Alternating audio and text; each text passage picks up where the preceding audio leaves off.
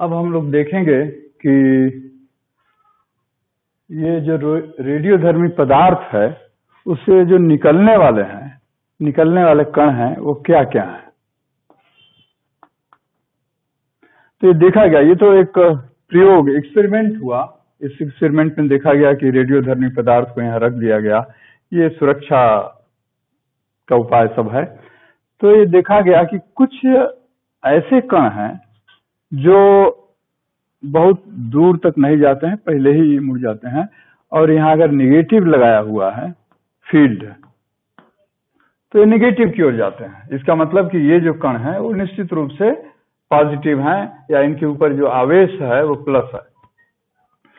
और इधर कुछ को देखा गया कि ये प्लस की ओर है, तो इधर चले गए। इनको हम कहते हैं बीटा पार्टिकल्स, और ये निगेटिवली चार्ज हैं, ये एक तरह से इलेक्ट्रॉन ही हैं। और कुछ ऐसा देखा गया कि ये कुछ ऐसी रेज हैं जो न इधर जा रही हैं न इधर जा रही हैं, किधर भी नहीं मुड़ रही हैं, वो सीधे चली गई। इसका मतलब है कि इसके ऊपर कोई चार्ज नहीं है, ये न्यूट्रल है। और ये भी देखा गया कि इसकी तीव्रता या इसका पेनिट्रेटिंग पावर बहुत ज्यादा है। तो बहुत सारे गुण इस टर्म में कि इसका पेनिट्रेटिंग पावर कितना है, इसका आयोनाइजिंग कैपेसिटी कितनी है, ये कितनी दूर तक जा सकता है, और ये कितना, इसको रोकने के लिए कितने मोटे चादर की या कितने मोटे सब्सटेंस की जरूरत पड़ेगी, इसको इन टर्म्स में इनकी प्रॉपर्टीज हम देखते हैं। और इसको आप चाहें तो अपनी किताब से देख सकते हैं कि ये गुण अल्फा पार्टिकल के पास कितना है, बीटा पार्टिकल के पास कितना है, और गामा के पास कितना है। और गामा क्या है, ये इलेक्ट्रोमैग्नेटिक वेव है जिसकी फ्रीक्वेंसी बहुत ही ज्यादा है। तो इसलिए यह जो हार्ड एक्सरेज है, हार्ड एक्सरेज से शुरू होकर के और उसके आगे तक इसका रेंज है। तो अल्फा, हम लोग पहले अल्फा पार्टिकल्स को देखते हैं कि अल्फा पार्टिकल क्या है। अल्फा हीलियम का न्यूक्लियस है। हीलियम के जो इलेक्ट्रॉन्स हैं वो अगर निकाल दिए जाएं तो ये हीलियम पार्टिकल, और ये पॉजिटिव चार्ज है इसके पास। तो हम इस तरह देख सकते हैं कि अल्फा पार्टिकल कैसे, ये 238 यूरेनियम है,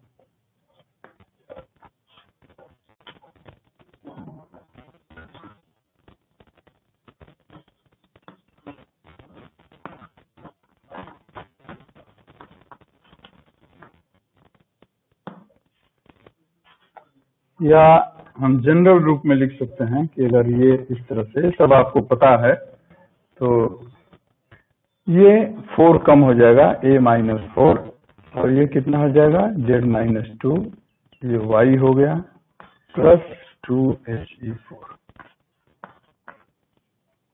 तो यह हीलियम न्यूक्लियस इससे उत्सर्जित हो रहा है, निकल रहा है। तो यहाँ पर ये 4 कम हो गया, यहाँ पर 2 कम हो गया, और आप यहाँ कुछ एनर्जी भी कुछ मिलेगी, कुछ एनर्जी भी मिलेगी।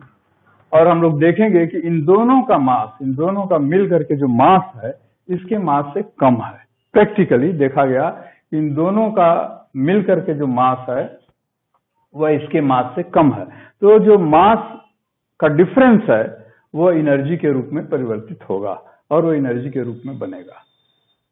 और इन जनरल हम देख रहे हैं कि कोई भी ये रेडियो एक्टिव सब्सटेंस है, A, Z, तो ये A-4 हो जाएगा, ये Z-2, और एक हीलियम न्यूक्लियस या अल्फा पार्टिकल, इसी को हम लोग अल्फा पार्टिकल कहते हैं। यह है अल्फा, यह है अल्फा पार्टिकल जो कि पॉजिटिव चार्ज है, प्लस चार्ज है।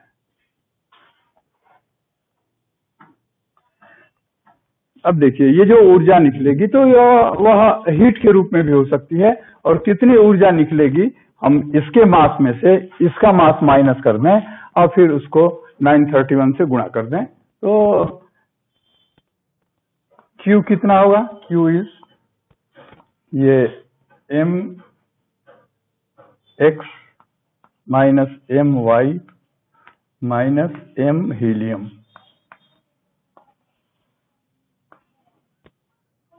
Into C²।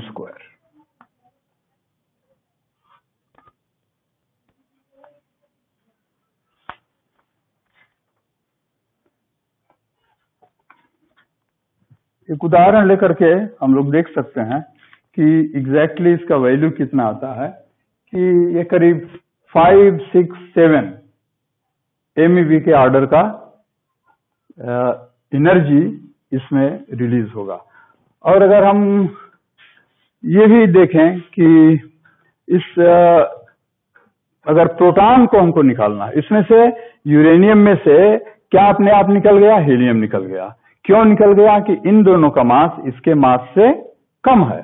और अगर हम यहाँ पर प्रोटॉन लिखना चाहें या हम चाहते हैं कि इससे प्रोटॉन निकले, तो जब प्रोटॉन निकालने होगा अगर कि क्या संभव है निकलना कि नहीं, तो हमको क्या करना पड़ेगा? इसकी एनर्जी और इधर की जो एनर्जी है जिसमें प्रोटॉन भी होगा, अगर इसकी एनर्जी इससे ज्यादा है तो प्रोटॉन निकल सकता है। लेकिन हम जब कैलकुलेट करते हैं तो देखते हैं कि प्रोटॉन निकालने के लिए जो एनर्जी है वो माइनस में आ जाता है, इसलिए इससे प्रोटॉन निकलना संभव नहीं है। तो अगर प्रोटॉन निकालना है तो हमको उसको उतनी अधिक एनर्जी देनी पड़ेगी, तब वो उसमें से प्रोटॉन निकलेगा। तो ये स्वतः हो रहा है, अपने आप कॉन्टिन्यूअस हो रहा है, इसलिए एनर्जी का ये रिलेशन है।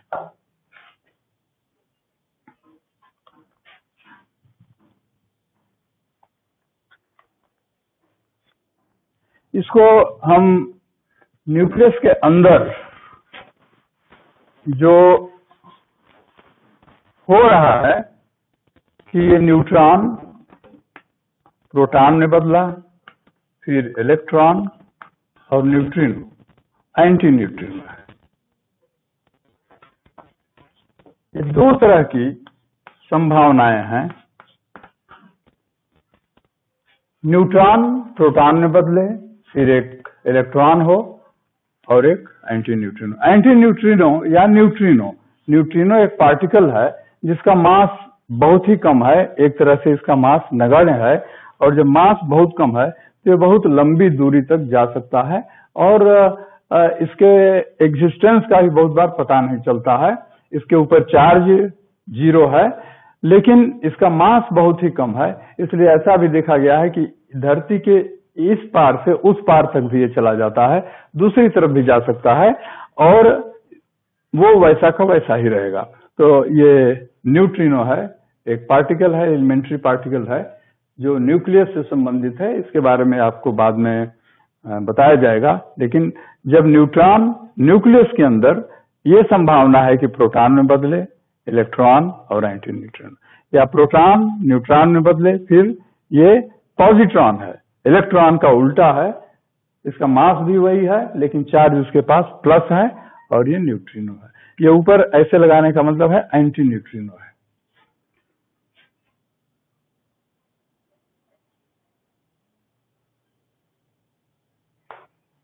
और ये जो रिएक्शन है ये केवल न्यूक्लियस के अंदर ही हो सकता है, केवल नाभि के अंदर, नाभि के अंदर ही संभव है, और ये बाहर भी संभव है। इसलिए ये जो रिएक्शन है, न्यूट्रॉन का प्रोटॉन में बदलना, इलेक्ट्रॉन में बदलना, एंटी न्यूट्रिनो में बदलना, ये न्यूक्लियस के बाहर भी होता है क्योंकि ये फेवर्ड है बिकॉज ऑफ द एनर्जी, और ये जो है फेवर्ड नहीं है बिकॉज ऑफ द एनर्जी।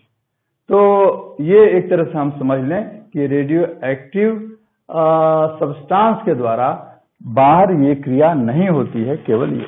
इसलिए पॉजिट्रॉन इसमें से नहीं निकलेंगे इस रेडियो एक्टिविटी में, केवल इलेक्ट्रॉन्स, और ये जो बीटा पार्टिकल्स हैं वो यही हैं, इलेक्ट्रॉन्स।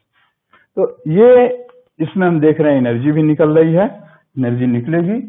तो मुख्य रूप से आपको ये देखना है कि this neutron is converted into proton, electron, anti neutrino. और इस तरह से वो जब एक लंबे स्केल पर ये होता है तो हम देखते हैं कि यूरेनियम थोरियम में बदल गया और भी सब चीजों में बदल जाएगा, और वो अस्थायित्व को प्राप्त होगा, और सब जो कुछ भी हम लोगों ने देखा है रेडियो एक्टिविटी में वो सब उसके साथ होगा।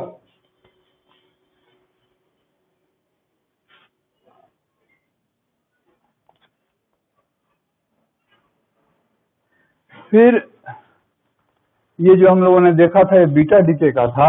बीटा डीके में क्या होता है? बीटा डीके यह है फास्फोरस।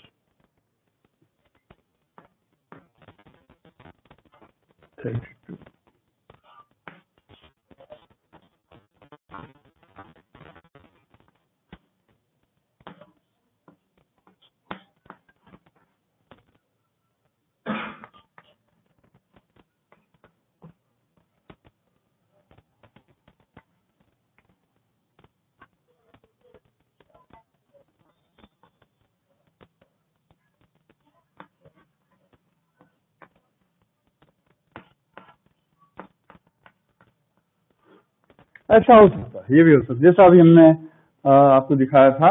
तो ये एक इलेक्ट्रॉन एंटी न्यूट्रिनो और इसमें ये पॉजिट्रॉन है, लेकिन ये होता नहीं है। ये तो बीटा डीके का यह है इक्वेशन, जिसमें एक यहां पर इसका ये एक बढ़ जाएगा, 15 से 16 हो गया, एटॉमिक मास वही रहता है और ये एटॉमिक नंबर एक बढ़ गया क्योंकि यहाँ पर एक इलेक्ट्रॉन आ गया।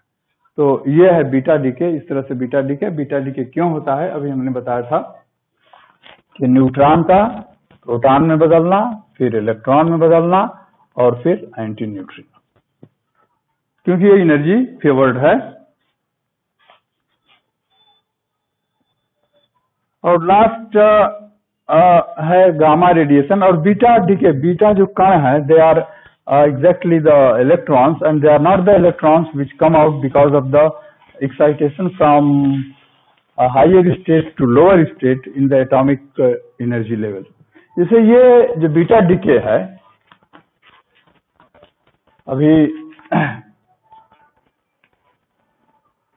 एटॉमिक लेवल में जो एनर्जी का लेवल है sp df वगैरह, तो जब इलेक्ट्रॉन यहाँ है, इलेक्ट्रॉन है ये, तो इसमें से इसमें हायर एक्साइटेड स्टेट से लोअर में आता है या लोअर से फिर ग्राउंड स्टेट में आ जाता है। तो इससे जो एनर्जी मिलती है वो फोटॉन के रूप में होती है, फोटॉन के रूप में, और उसकी एनर्जी बहुत ही कम होती है, वो विजिबल लाइट के रेंज में आता है। लेकिन रेडियो एक्टिविटी में हम क्या देखते हैं कि ये इलेक्ट्रॉनिक स्टेज का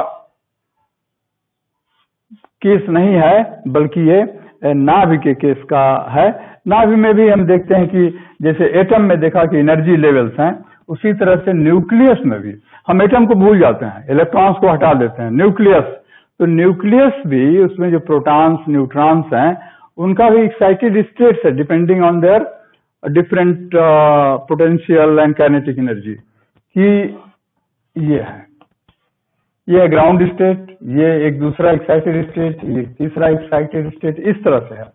तो इसमें से जब न्यूक्लियस इसमें जंप करेगा तो जो एनर्जी निकलेगी वो बहुत हाई एनर्जी होगी और उसका वैल्यू उस जो इलेक्ट्रॉनिक जंपिंग में होता है उसकी तुलना में बहुत ज्यादा होता है।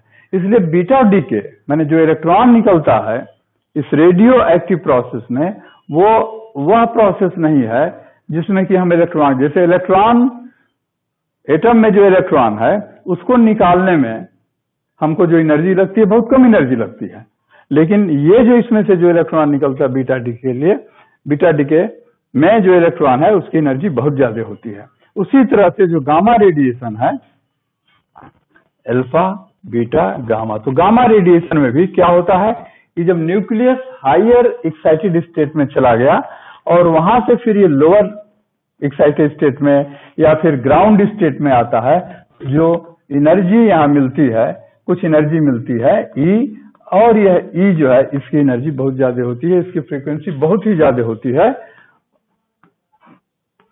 तो इसमें ये कंफ्यूजन नहीं होना चाहिए कि हम एक्साइटेड स्टेट से लोअर एक्साइटेड स्टेट में या ग्राउंड स्टेट में आ रहे हैं, जैसा कि इलेक्ट्रॉनिक स्टेट्स में होता था, एटम के इलेक्ट्रॉनिक स्टेट में, एनर्जी स्टेट में, वैसा ये नहीं है।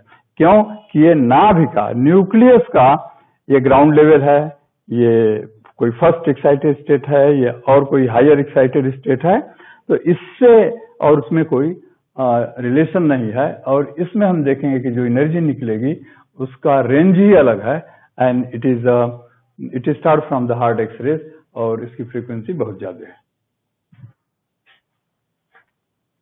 फिर हम लोग थोड़ा सा ये देख लेंगे कि इसकी प्रॉपर्टीज क्या है। ये सब लोग अपनी किताब से देख लीजिए। अल्फा पार्टिकल्स की प्रॉपर्टी क्या है, इसका पेनिट्रेशन कितना है, आयोनाइजिंग पावर कितना है, इसको रोकने के लिए कितना किसी भी सब्सटेंस का कितना मोटा या कितना थिक चाहिए, बीटा के लिए कितना चाहिए, गामा के लिए कितना चाहिए, और भी कुछ प्रॉपर्टीज हैं जो किताब में दिया हुआ है। इट इज लिस्टेड देयर, तो आप उसको पढ़ सकते हैं और देख सकते हैं कि इनकी प्रॉपर्टीज क्या है और इनकी तुलना कर सकते हैं। और इस रेडियो एक्टिविटी से आप सबको मालूम है कि मैडम क्यूरी जिनका मुख्य रिसर्च इस रेडियो एक्टिव सब्सटेंस पर ही था, और उन्होंने रेडियम की खोज किया था और भी रेडियम से संबंधित बहुत सारी चीजों की खोज किया था। लेकिन मुख्य रूप से रेडियम को निकालना ही मैडम क्यूरी का एक बहुत बड़ा काम था, जिसको उन्होंने किया और काफी समय लगाया। और ये जो रेज निकलती थी, गामा रेज, अल्फा पार्टिकल्स भी, ये बीटा डी के भी बहुत ही हार्मफुल है, बीटा पार्टिकल्स भी बहुत हार्मफुल है। तो ये सब का सब उस समय इतनी चेतनता नहीं थी, इतना मालूम नहीं था उन लोगों को जो लोग काम कर रहे थे। तो madam Curie she was very much exposed to these radiations, और उनको शायद इतना ज्यादा भान नहीं था कि ये कितना नुकसान कर सकता है। तो ये जो रेडियम बहुत ही महंगा है, बहुत चमकता है और बहुत ब्राइट है, तो इस रेडियम ने जो किरणें निकलती हैं मैडम क्यूरी के शरीर में जरूरत से ज्यादा, हार्मफुल लिमिट से भी बहुत ज्यादा हो गई। और आप सबको मालूम है कि मैडम क्यूरी को इन्हीं किरणों की वजह से कैंसर हुआ, और मैडम क्यूरी का आखिरी जीवन ये इन किरणों के कारण ही बहुत ही क्लेशमयी था। और मैडम क्यूरी को ब्लड ल्यूकेमिया हुआ, जिसकी वजह से उनका देहांत हो गया। तो this radium was responsible, this radium and working with the radiations coming out of the radioactive substances was responsible for all the things that happened in the end, so unfortunate in the life of Madame Curie.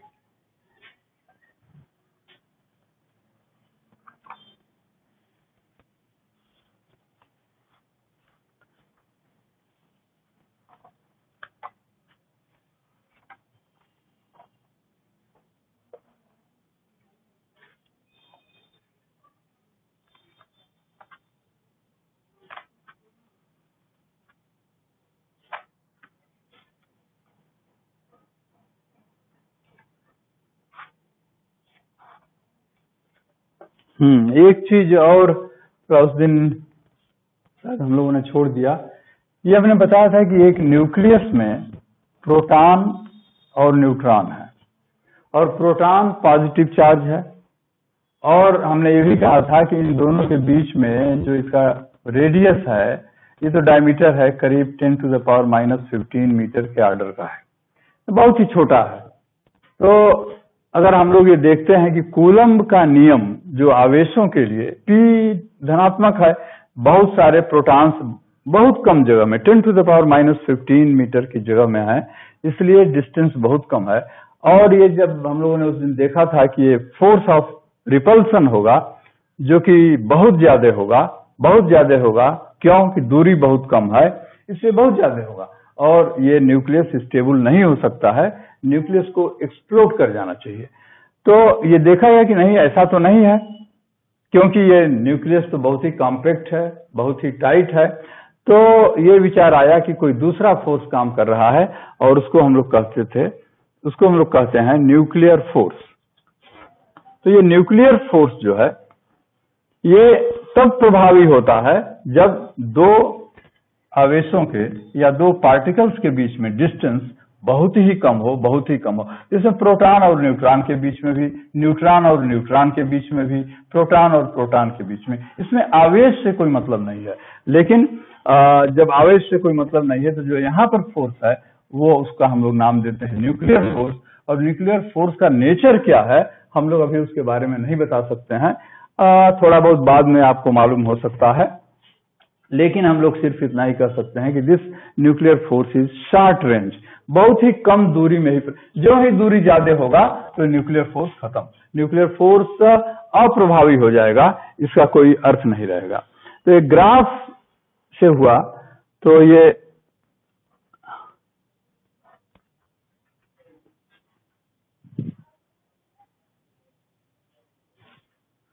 इधर ऊर्जा है इस nucleus की, यहाँ पर 0 है, तो ये ग्राफ जो है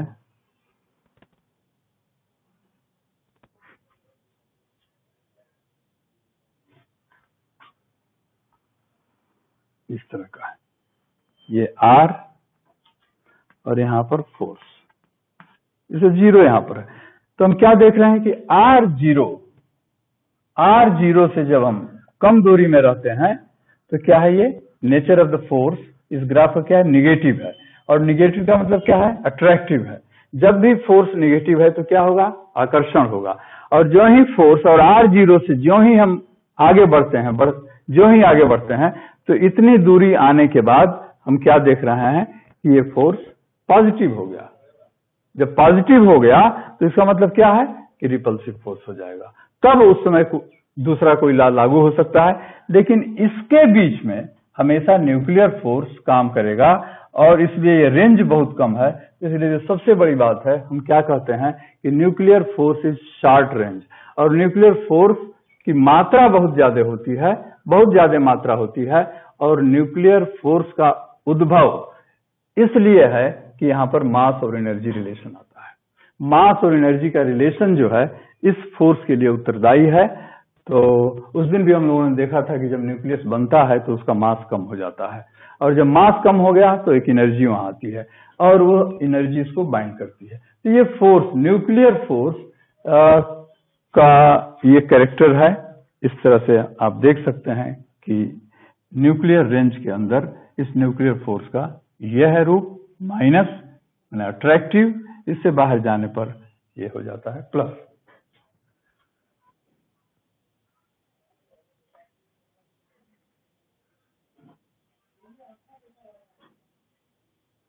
और अगर हम तुलना करते हैं इस फोर्स का, तो ये कूलम्बिक फोर्स और गुरुत्वाकर्षण के फोर्स से बहुत ही ज्यादा होता है, उससे कोई तुलना नहीं है, अत्यधिक ज्यादा होता है। तो इसलिए हम इन दोनों में से किसी को वहां पर स्थापित नहीं कर सकते हैं, बल्कि निश्चित रूप से जो न्यूक्लियर फोर्स है उसके लिए क्या फार्मूला है और क्या उसका नेचर है, बस इतना ही हम कह सकते हैं कि it's very very strong force. लेकिन कितना फोर्स होता है इसको हम लोग बाद में आप पढ़ेंगे या बाद में देख सकते हैं।